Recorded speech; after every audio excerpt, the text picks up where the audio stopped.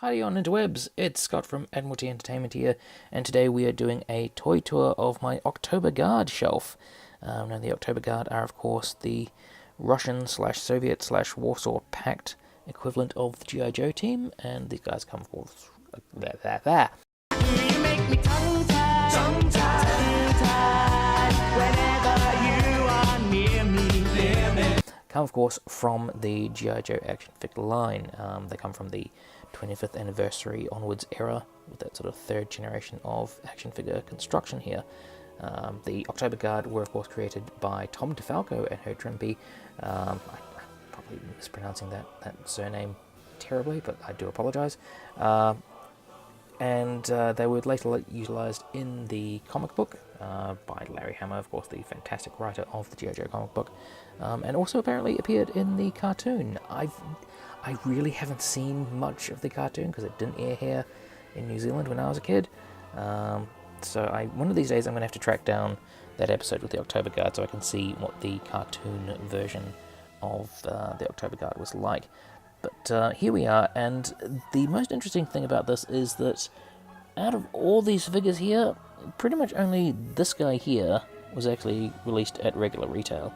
Pretty much everybody else was in one form or another done by the G.I. Joe Collectors Club, which is fantastic that they managed to get all these guys out. A little bit annoying that didn't manage to get these two guys redone, but oh well. So yeah, we'll go through those and let you know what we have here. So of course we do start with General Iron Bear, who was an original character created by the Collectors Club to be sort of like their general in command sort of guy. There was some talk that he was supposed to be General Mayhem from the Iron Grenadiers, but that was apparently later dispelled, which is good because I always intended to just use him as a separate character anyway. He's the General Hawk to Colonel Brekhov's Duke, as it were. I do like this figure in terms of a brand new character. The construction is really nice too, and I believe that's David Lane, who worked on the G.I. Joe brand for quite a while.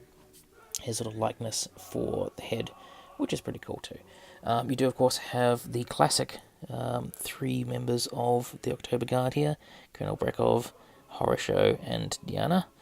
I love these guys. They did bring out comic packs done in the sort of original 80s style some years ago, and we'll get to a couple of them later on. But when they redid these guys for a G.I. Joe convention, that kind of started me on the slippery slope of getting a lot of the Collectors Club figures, because I had to have the Oktober Guard because they were just one of my favourite parts of the comic book. Represented, not as your standard, Soviet, Russian, bad guys or anything like that. No, they were military professionals. They had their own code of honor and all that sort of thing. But they were, doing the job, very much in the same vein that the G.I. Joes were, heroic, but ultimately doing their job. These guys weren't bad guys. They just had, a different agenda to what the Joes did. They were following orders just like everybody else. And they had some really cool, character interactions and everything. Colonel Brekhov, of course, fantastic design there. We'll get to a different version of sorts of him later on, because they did originally release Red Star in the original 80s toy line, which was basically a way to do Colonel Brekhov without doing Colonel Brekhov. And when they released Red Star, we really kind of figured, oh well, that's going to be it. But when they did actually do Colonel Brekhov, the Collectors Club did a fantastic job in terms of doing a completely different design, using all these existing parts, and he looks great. I love him to pieces. Fantastic. We do, of course, have Horosho, who is one of the most notable members of the entire group, and a challenge to do convincingly in the modern style. The old O-ring construction version that they did in the comic packs was actually, utilising a lot of new sculpting to be able to get that classic sort of look. He kind of deviates here from his comic look in terms of it not having quite that sort of padding, but it does do, it does the character justice. So I'm more than pleased to have him on my shelf here. And of course we have Diana, I don't know how you're actually supposed to pronounce her name, but the sole female member of the group, wonderful sniper here, and I it's mostly a reuse of the Lady J mold, but the camo is done so nicely, and the smart reuse of actually a Star Wars figure's headgear. That was very clever to be able to replicate that very iconic helmet that she actually had in the comic. And we do also have some more guys back here. We have Stormovic and Shanj. I don't know how to pronounce that. I really don't. I apologize to any Russian viewers or people who actually know how to pronounce these things properly, that I'm not doing a very good job. But again, these guys were always kind of secondary characters to me in terms of the original Oktober Guard. Very much behind that trinity of Brekov, Horosho, and Diana. But they were very cool nonetheless. The construction there on Stormovic is kind of a bit interesting in that they did do the knee pads, which kind of prevent him from actually being able to stand up terribly straight. So that's why he's on his own little stand there. But very, very nice. The fact that they managed to get the Spetsnaz, striped shirt and underneath there, that's very, very cool. And of course, Shrenge, I don't know how to pronounce his name. Again, very cool. Love all the web gear sort of stuff that they've got going on there. Very, very nicely done there. And of course, they look great as a group. In the back there, we do have the two remnants of the comic packs, which Hasbro did sort of in that new sculpt era of the G.I. Joe versus Cobra.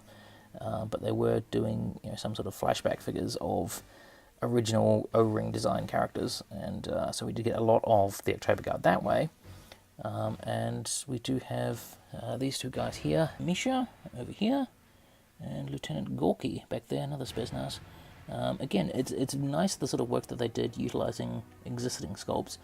Pretty much all these guys are just nothing but existing sculpts repurposed and repainted, and they do a great job here. It's a shame that the Collectors Club never got around to doing these guys, so we could have updated them. I would have loved it if they could have got these two guys, and if we could have got Wong as well, that would have been nice, just to sort of round out the Oktober Guard as seen throughout G.I. Joe media, because as I say, this is one of my favourite factions. But the fact that we've still got them, I can chuck them in the back at least. It's cool to have them.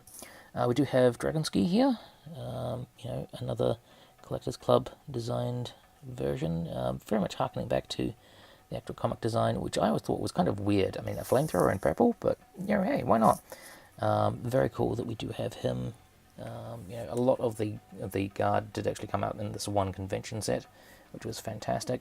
He was the one that we're going like, are they please going to get around to doing him? And thankfully they did do him separately, which was amazing to make sure that we had that original Guard represented. We do, of course, have the one and only retail release here, which was Red Star. It was done a comic book 2-pack with a Duke figure, I think it was. In the original toy line back in the 80s, we got Red Star, and he really felt like he was just a retread, a way of doing Colonel Brekov without doing Colonel Brekov, as I said before. But here they sort of tweaked him a little bit, and when that came out, it was like, okay, well, that'll do. But now with the fact that we did get a proper Colonel Brekov who's completely different, it's nice to be able to have Red Star as firmly his own character, his own design, and that gun is awesome. It actually has a removable magazine, but that magazine falls out all the time, and I have to work very hard to keep from losing it. But yeah, it's very cool to have Red Star there. And we also have Big Bear, who, again, in the original 80s toy line, was one of only 2 members of the Oktober Guard that were actually released at retail, which was, cool. I loved him. I think he was actually the first Oktober Guardsman that I actually had, which was very, very cool. He didn't really appear very much in the comics, apart from right towards the end there, where a lot of characters were just getting shoehorned in and not really developed or anything. But I'd like to be able to have him over here with Red Star, sort of like replacement Oktober Guard guys. And again, he's a Collectors Club version here, which I think does a great job of replicating that. I mean, the head does so much work there in terms of making him look cool, but just the design that they've chosen to go with, utilizing all the existing molds and everything like that, he looks great. I love him. And of course, over in the back there, we do have Quinn who's another comic book first character. If you haven't read the original Larry Hama G.I. Joe comics, do yourself a favour and do. Quinn is a major part of some of those sort of storylines in the teens and early 20s, so definitely check them out. He has a long-term impact on the whole series, and is just a great character. So he's not a member of the Oktober Guard, but I did just sort of chuck him in the back there, because he's cool. You will notice that they do have a couple of vehicles here. Now these are not G.I. Joe vehicles, of course. They're actually World Peacekeeper vehicles, which I thought looked sufficiently Oktober Guard-y. This one here looks very much like the sort of thing that you saw them in the the late 90s or so of the original comic book. And of course we would also have this wonderful APC here, which again, I don't think they actually specify in the World Peacekeepers as to what the actual make or model that it's designed to imitate is supposed to be, but it looks nicely Soviet to me, so I put that in there. I do also have the Hind, which I love. I think it's fantastic, and also a Su-27. But of course there's not enough room to be able to fit them onto the shelf, which is a pain, especially the Hind. I mean, there's some iconic artwork of the Oktober Guard from the G.I. Joe Yearbook number 2, I think it is, a wonderful pin-up of the Oktober Guard in front of a Hind, and it looks amazing. I would love to recreate that.